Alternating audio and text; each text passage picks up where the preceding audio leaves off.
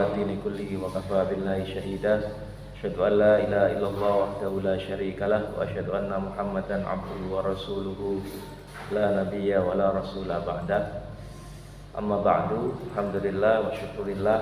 Di siang hari ini kita bersama-sama masih bisa dipertemukan oleh Allah Subhanahu wa taala. Kita bisa memulai kembali kegiatan kajian rutin kita yang sudah lama libur ya karena liburan sekolah. Alhamdulillah pada siang hari ini kita bisa mulai kembali. Pertama saya ucapkan selamat datang pada para ustadzah baru, ada ustadzah Syabah Nufus sama ustadzah Abida. Jadi ini salah satu kegiatan rutin kita. Jadwal aslinya itu dilaksanakan 1 minggu sekali ya. Jadi setiap hari Kamis. Tapi karena beberapa pekan yang lalu kita ada kendala sehingga belum bisa kita laksanakan. Nah hari ini insya Allah kita akan melaksanakan kembali. Jadi kegiatan kajian ini ada 2 buku yang kita kaji. Yang pertama tentang fikih ya. Kita pakai kitab Al-Wajiz fil Fiqhil Islami karya Syekh Wahab Az-Zuhaili. Kemudian yang kedua kajian Sababun Nuzul ya. Sababun Nuzul kita pakai Sahih Asbabun Nuzul. Nah, hari ini kita akan melanjutkan pembahasan seputar bab al-ghusl atau bab mandi. Terakhir kita sampai ini ya. Halaman berapa kemarin? Ada ingat? 100? 105 ya. Ya, 105 makruhatul ghusl ya. Untuk 106 belum ya? Nah, baik, kita akan melanjutkan. Jadi di pertemuan sebelumnya kita sudah mulai pembahasan tentang al-ghusl atau hukum-hukum yang terkait dengan mandi ya. Mandi di sini bukan mandi adat, mandi biasa, tapi mandi di sini adalah mandi ibadah. Ya, mandi ibadah ada yang sifatnya wajib dan ada yang sifatnya sunnah. Di pertemuan sebelumnya kita sudah membahas tentang pengertian al-ghusl atau mandi, kemudian pensyariatannya, lalu sebab-sebab mandi wajib, kemudian hukum-hukum ya yang terkait dengan mandi wajib mulai dari fardu-fardunya, sunnah-sunnahnya dan makruh-makruhnya. Nah, kita akan melanjutkan pembahasan kita di poin ma yahrumu 'alal junubi wa nahwihi. Hal-hal yang haram ya, ma yahrumu 'alal junub, hal-hal yang haram dilakukan oleh orang yang sedang junub. Ya, orang yang sedang junub wa nahwihi atau wa nahwu dan yang semisalnya. Ya, yang dimaksud dengan yang semisalnya di sini adalah orang-orang yang hukumnya disamakan dengan orang junub, yaitu para perempuan yang haid dan nifas. Beliau menyebutkan di sini ada 4 ya, ada 4 hal atau 5 ya, ada 5 hal. Hanya saja beliau tidak menyebutkan perbedaan pendapat di sini, hanya menyebutkan satu pendapat secara ringkas ya. Intinya 5 hal ini semuanya terlarang. Tapi kalau kita buka di referensi yang lain, di sumber-sumber yang lain, itu ada beberapa hal yang diperselisihkan ya. Jadi ada hal-hal yang disepakati kalau orang yang sedang junub, haid atau nifas itu haram melakukannya. Tapi ada juga hal-hal yang diperselisihkan oleh para ulama. Nah, dari 5 hal itu ada yang pertama sholat, kemudian tawaf ya. Ini 2 hal yang semua ulama sepakat haram untuk orang yang sedang junub. Tidak boleh melakukan 2 ibadah ini. Lalu yang ketiga adalah menyentuh mushaf dan membawanya. Kemudian keempat, qiraatul Quran, membaca Al-Quran. Lalu yang terakhir adalah al-muktsu fil masjid, berdiam diri di masjid. Nah, kalau yang nomor 3, 4, dan 5 ini ada perbedaan pendapat ya. Tapi seperti yang saya sebutkan tadi, beliau hanya menyebutkan satu pendapat, yaitu pendapat yang melarang. Nah, nanti kita akan bahas juga pendapat atau ulama yang membolehkan melakukan itu. Baik, kita bahas yang pertama. Yahrumu 'alal junubi al-muhditsu hadatsan akbara wal haidhi wan nufasai ma ya'ti. Yahrumu 'alal junub, diharamkan bagi orang yang dalam kondisi junub, baik hadas, yaitu orang yang dalam kondisi hadas besar ya. Hadas besar itu masih ingat ya kemarin sebabnya apa saja, sudah kita bahas, antara lain keluarnya mani, kemudian hubungan suami istri ya, lalu haid dan nifas, kemudian meninggal. Nah, meninggal itu juga wajib untuk mandi, wajib. Lalu orang muslim yang kafir, orang kafir yang masuk Islam, nah itu juga wajib mandi. Nah, tapi yang dimaksud junub itu di situ adalah apa? Itu tadi keluar mani dan melakukan hubungan suami istri. Nah, itu beberapa yang diharamkan bagi mereka. Wal haid wan nufasa, dan wanita yang haid dan wanita yang nifas. Ya, haid itu darah yang keluar ya, bukan karena disebabkan hamil ya, atau bukan karena disebabkan melahirkan, itu haid yang rutin keluar.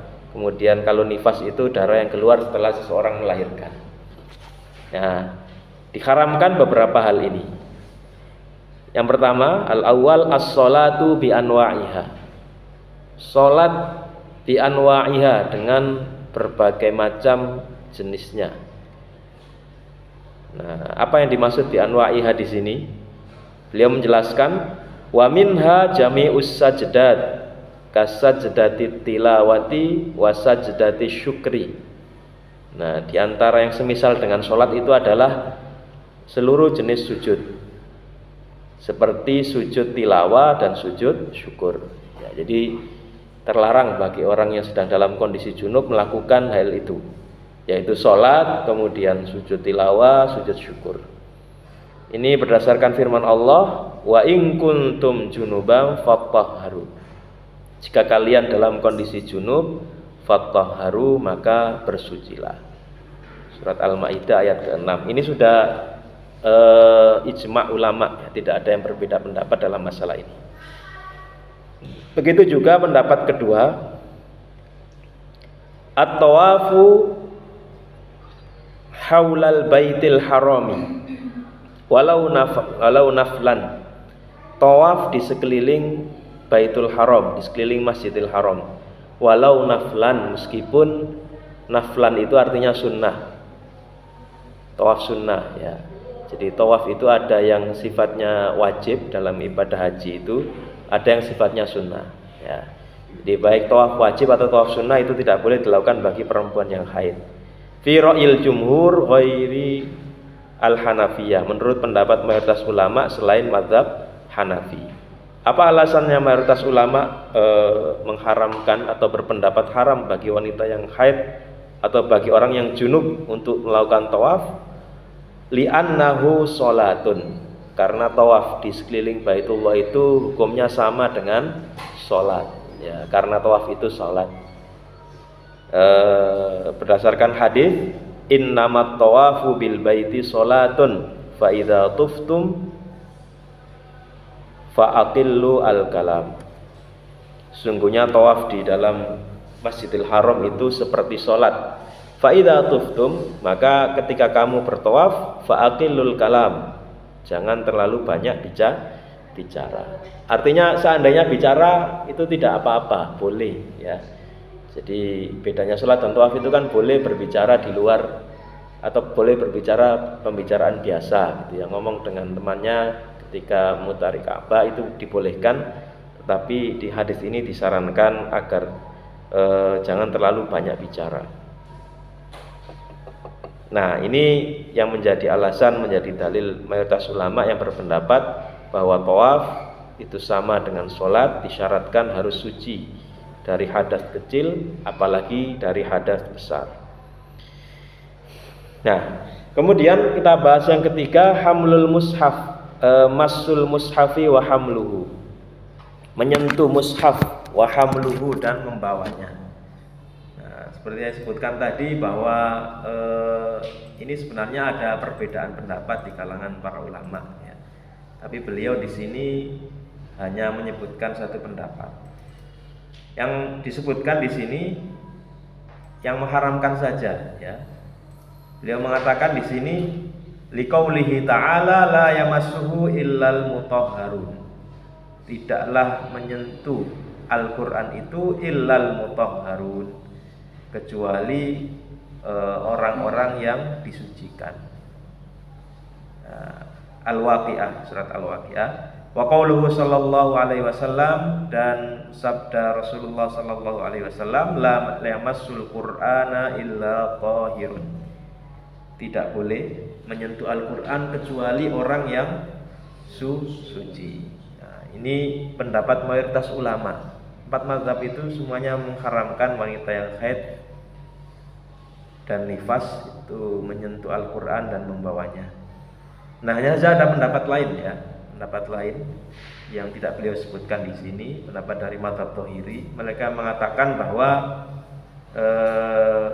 ayat ini bukan menjadi dalil, tidak bisa dijadikan dalil pengharaman orang yang junub untuk menyentuh mushaf. Apa alasan mereka?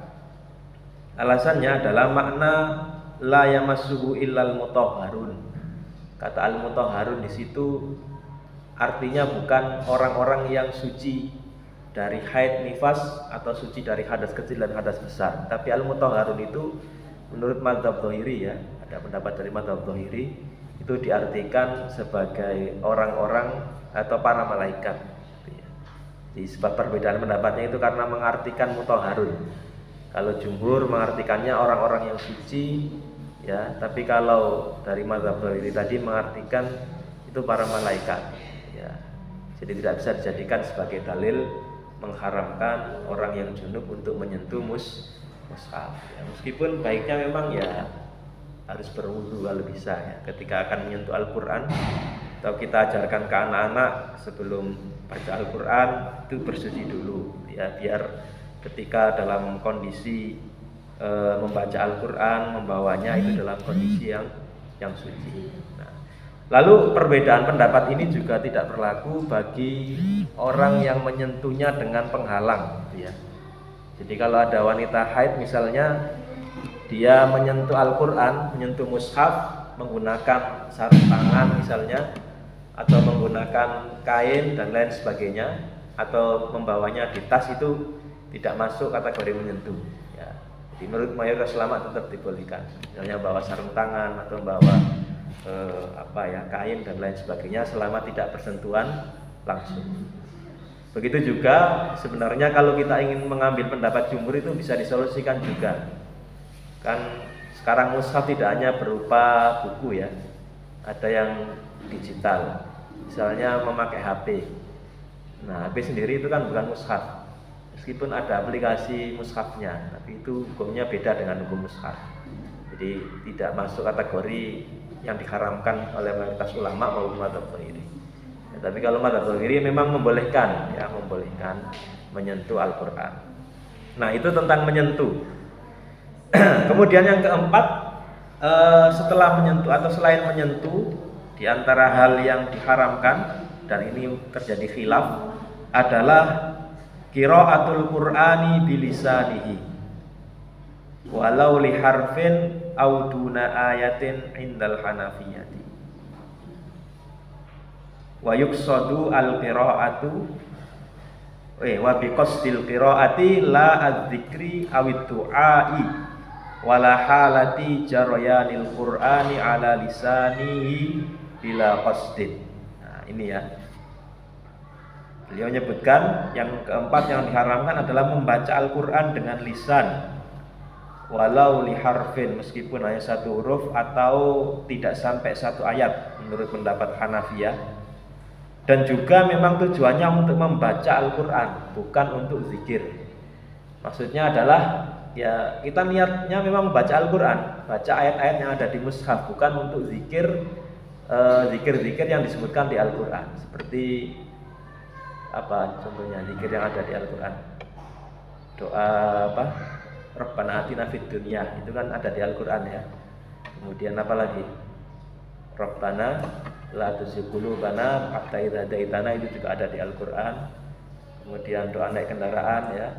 Subhanalladzi sakhkhara lana hadza wa ma kunna lahu muqrinin, itu juga ada di Al-Qur'an.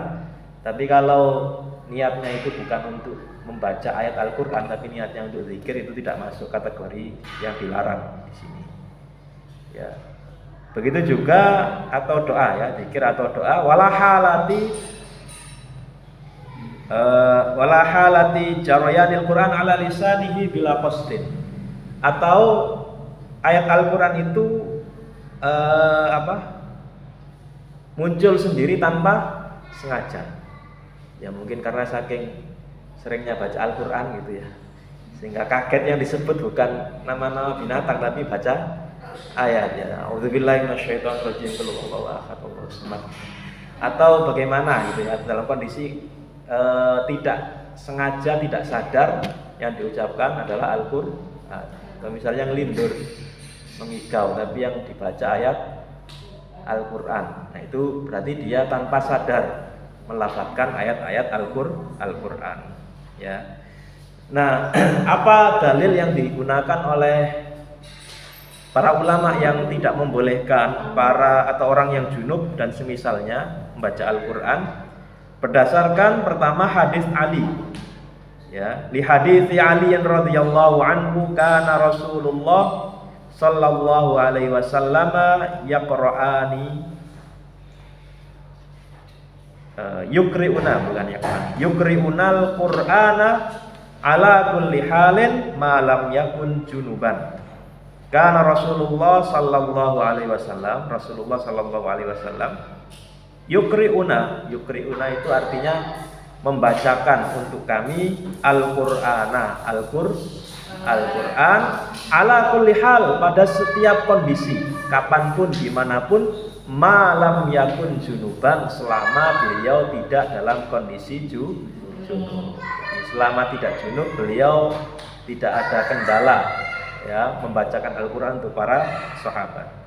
Wa haditsu Ibnu Umar, dan hadis Ibnu Umar ya, la yaqra'ul junubu walal ha'idu syai'an minal Qur'an. Orang yang junub dan orang yang haid itu jangan membaca Al-Qur'an. Ini diriwayatkan Abu Dawud dan Tirmidzi. Tetapi ada ulama yang menilai hadis ini dhaif gitu ya. Kemudian hadisun akhar ala aliyin an aliyin qol, lalu hadis ketiga, ra'aitu Rasulullah sallallahu alaihi wasallam tawaddaa thumma qara'a syai'an minal Qur'an thumma qala hakadha liman laisa bijunubin fa ammal junub fala wala ayat. Ya, hadis kelima dari Ali juga, saya melihat Rasulullah sallallahu alaihi wasallam berwudu, kemudian beliau membaca beberapa ayat Al-Qur'an. Ya. Tsumma qala, lalu Rasulullah bersabda, hakadha liman laisa bijunub. Beginilah, ya maksudnya beliau membaca Al-Qur'an itu liman laisa bijunub, bagi orang-orang yang tidak dalam kondisi junub. Fa'ammal junubu fala, fa'ammal junubu fala, fa'ammal junubi fala. Adapun untuk orang yang junub fala, tidak boleh. Wala ayat, bahkan satu ayat pun dia tidak boleh baca Al-Qur'an. Nah, ini beberapa dalil yang digunakan oleh para ulama yang mengharamkan membaca Al-Qur'an. Tapi ini ada pembahasan ya lebih rinci ya terkait pendapat-pendapat tadi. Itu yang mengharamkan secara mutlak. Ya, mengharamkan secara mutlak itu batasannya ya, ini kalau kita ikut pendapat yang mengharamkan, batasannya itu ketika dibaca secara keras. Ya, dibaca secara keras, kemudian dengan lisan ya. Lalu tadi memang niat baca Al-Qur'an. Tapi kalau bacanya dalam hati dan hanya melihat ya, melihat mushaf lalu dibaca dalam hati, itu tidak apa-apa bagi kelompok yang mengharamkan ya tidak apa-apa. Ya meskipun kalau dipraktekkan nggak tahu kira-kira bisa tahan berapa lama kalau baca Al-Quran dalam hati seperti itu ya. 10 menit, 15 menit, setengah jam, atau keduluan ngantuk. Karena kadang baca dengan lisan pun ya biasanya kalau lama juga agak ngantuk gitu ya, kalau nggak ada temannya atau nggak ada selingannya. Nah ini dibaca dalam hati, itu semua ulama membolehkan. Jadi yang diperdebatkan itu dibaca secara lisan berdasarkan dalil-dalil tadi. Nah lalu ada juga pendapat yang membolehkan, itu yang melarang ya. Nah yang membolehkan ini dari mazhab Maliki, kemudian pendapat dari Ibnu Hazm ya, dari mazhab Dhahiri tadi, sama dengan hukum menyentuh mushaf. Alasannya ada beberapa dalil. Mereka memiliki dalil juga yang membolehkan secara mutlak. Yang pertama adalah hadis riwayat Aisyah bahwa beliau pernah membaca Al-Quran dalam kondisi haid. Nah ini kan jelas yang melakukan ini sahabat, dan Aisyah itu istri Rasulullah gitu ya. Menurut logika ulama yang membolehkan, apakah mungkin beliau melakukan sesuatu yang terlarang gitu ya. Lalu alasan kedua, ini alasan dalil akli ya sebenarnya, bukan dalil dari Al-Quran atau Sunnah. Dalil akli adalah karena masa haid yang dialami seorang wanita cukup lama, sehingga dikhawatirkan dalam masa itu ketika tidak membaca Al-Quran maka dia akan lupa ayat yang dihafalnya ya, apalagi kan kebiasaannya atau memang pekerjaan sehari-harinya itu berhubungan dengan Al-Quran, seperti guru TPA, guru tahfidz dan lain sebagainya. Nah maka berlaku kaidah ma la yatimul wajibu illa bi fahuwa wajib. Sesuatu yang merupakan bagian tak terpisahkan dari sesuatu yang wajib, maka hukumnya pun wajib juga. Jadi ini alasan kedua. Lalu alasan ketiga adalah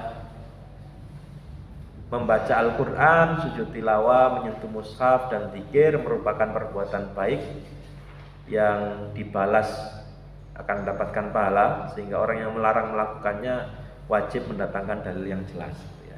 Kenapa mereka tidak menggunakan dalil yang disebutkan oleh ulama yang melarang ya? Misalnya hadis Ibnu Umar, la yaqra'ul junubu walal haidu syai'an minal Qur'an. Alasannya karena mereka menilai hadisnya dhaif ya. Orang yang haid atau orang yang junub itu tidak boleh membaca Al-Quran, itu alasannya ya. Nah lalu ada pendapat ketiga, ini pendapat Ibnu Taimiyah.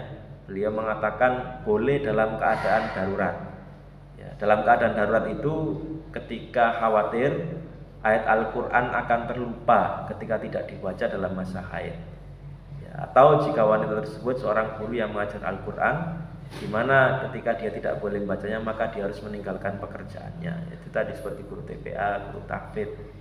Kalau haram baca Al-Quran pada saat kondisi haid ya berarti setiap haid dia cuti gitu ya, izin ya. Setiap bulan izin berapa hari ya, tergantung masa haidnya itu tadi gitu. Nah ini kan menimbulkan madharat kalau seperti ini ya. Nah ini menurut Ibnu Taimiyah berpendapat seperti itu termasuk kondisi-kondisi yang darurat. Adapun kalau yang tidak ada hubungannya dengan pekerjaan-pekerjaan tadi, atau mungkin orang tadi hafalannya sangat mungkin gitu ya, itu tidak masuk dalam kondisi darurat menurut Ibnu Taimiyah tadi ya. Dalil beliau juga ada riwayat ya, ini dari riwayat para sahabat itu mengalami haid, tapi Nabi tidak melarang mereka itu baca Al-Quran, berzikir maupun berdoa. Bahkan para wanita di zaman itu diperintahkan keluar menuju tempat sholat id untuk bertakbir bersama umat Islam yang lain. Lalu ada juga pendapat Ibnu Abbas ya, walam yaro Ibnu Abbasin bil qiraati lil junubi ba'san. Jadi Ibnu Abbas dan Aisyah itu mereka juga berpendapat bahwa boleh membaca Al-Quran untuk wanita yang junub ya, atau orang yang junub pada umumnya, khususnya orang yang haid. Nah jadi itu ya, kurang lebih kita tidak terlalu membahas detail tentang pendapat-pendapat tadi. Dalilnya seperti yang saya sampaikan tadi ya, masing-masing ada dalilnya, dan salah satu sebabnya adalah di riwayat-riwayat tadi. Jadi ulama yang mengharamkan wanita haid dan nifas ya, termasuk orang junub secara umum untuk membaca Al-Quran itu beberapa riwayat tadi. Tapi menurut ulama yang membolehkan dinilai riwayat yang menyebutkan haid dan nifas itu dalilnya lemah, dhaif, sehingga tidak bisa dijadikan dalil. Sedangkan dalil kedua dan ketiga ya, yang menyebutkan bahwa Rasulullah itu tidak pernah membaca Al-Quran ketika kondisi junub, itu menurut ulama yang membolehkan hukumnya, itu bukan berarti dalil pengharaman membaca Al-Quran bagi orang yang sedang junub, tetapi itu hanya sebagai bentuk afdoliyah, keutamaan gitu ya. Ketika junub ya utamanya jangan membaca Al-Quran, dan itu menurut ulama yang membolehkan, bukan dalil yang bisa digunakan untuk larangan gitu. Jadi ada sebab perbedaan pendapatnya seperti itu. Nah, kalau bagi kita ya lihat kondisi juga ya. Ketika ada perbedaan pendapat seperti itu ya kita sesuaikan dengan kondisi kita masing-masing. Apalagi kita ada di sini ya, yang lebih pas itu pendapat ulama yang membolehkan itu tadi ya. Yang membolehkan dengan syarat itu tadi, memang kondisi darurat. Ya daruratnya itu tadi, patokannya adalah karena berhubungan dengan aktivitas kita sehari-hari, atau khawatir ya, ini bagi para penghafal Al-Quran, kalau tidak dibaca maka hafalannya akan hilang atau hafalannya tidak terlalu sedikit. Baik, itu keempat. Kemudian yang terakhir, al-muqsu fil masjid. Al-muqsu fil masjid, berdiam diri di masjid. Li hadithi Aisyah radhiyallahu anha qalat jaa Rasulullah sallallahu alaihi wasallam wa wujuhu buyuti ashabihi syari'atun fil masjid.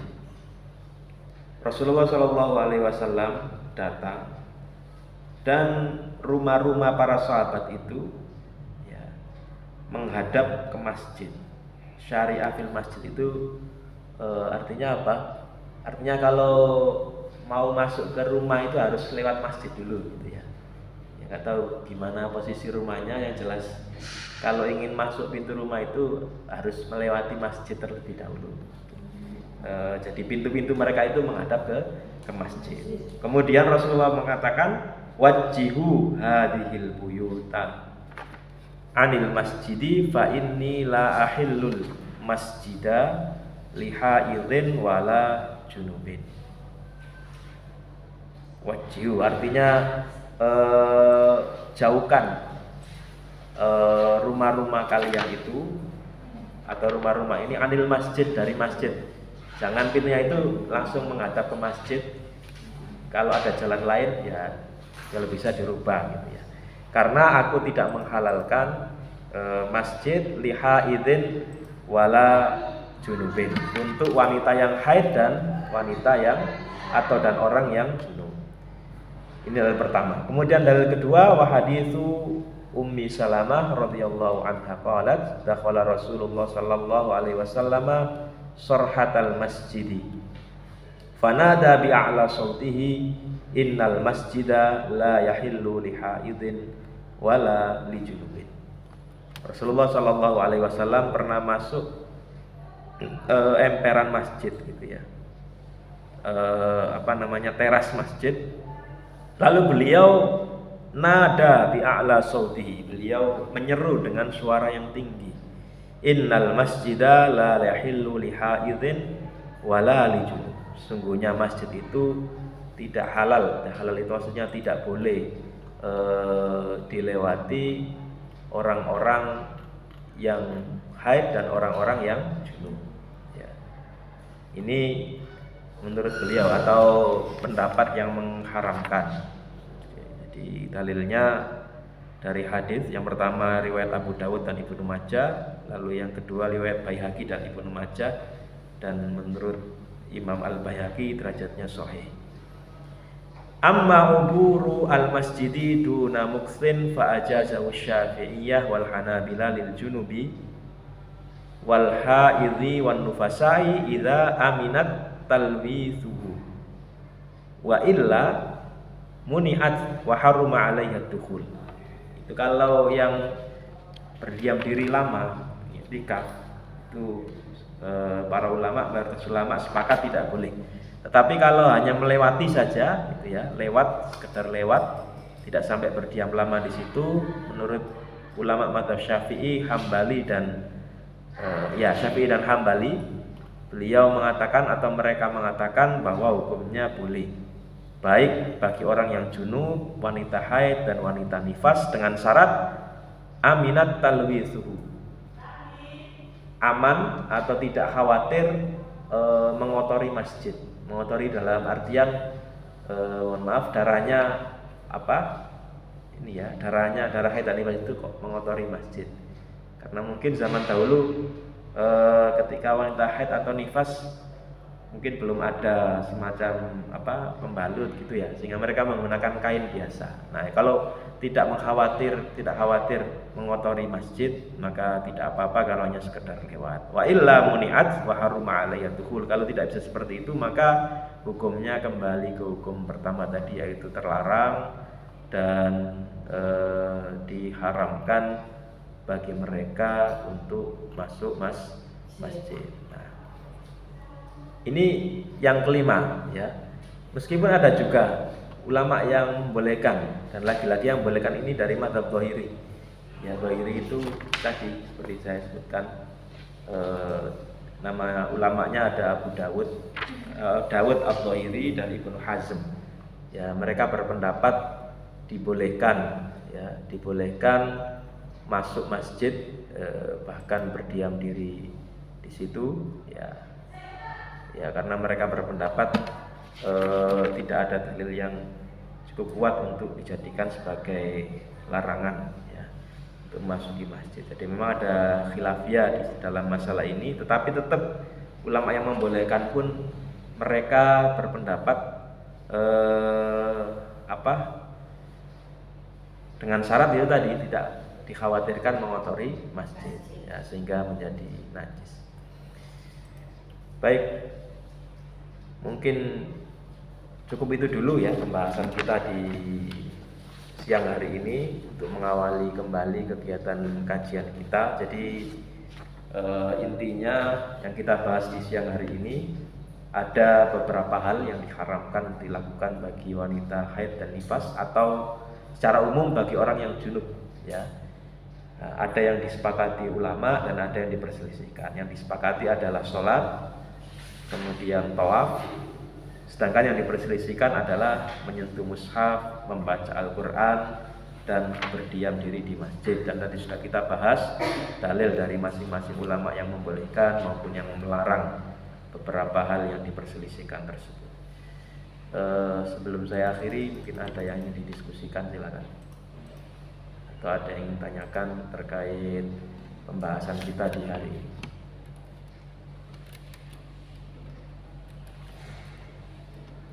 Yang lain kemana? Banyak yang nggak masuk. Aceh.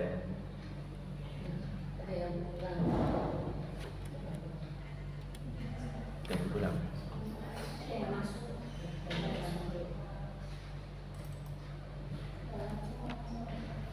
Silakan, ada yang tanyakan? Sudah cukup?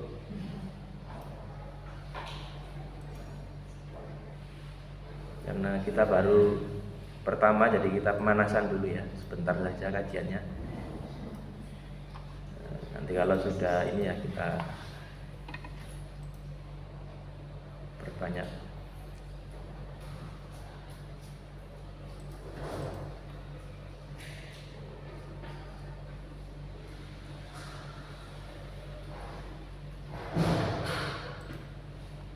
Cukup?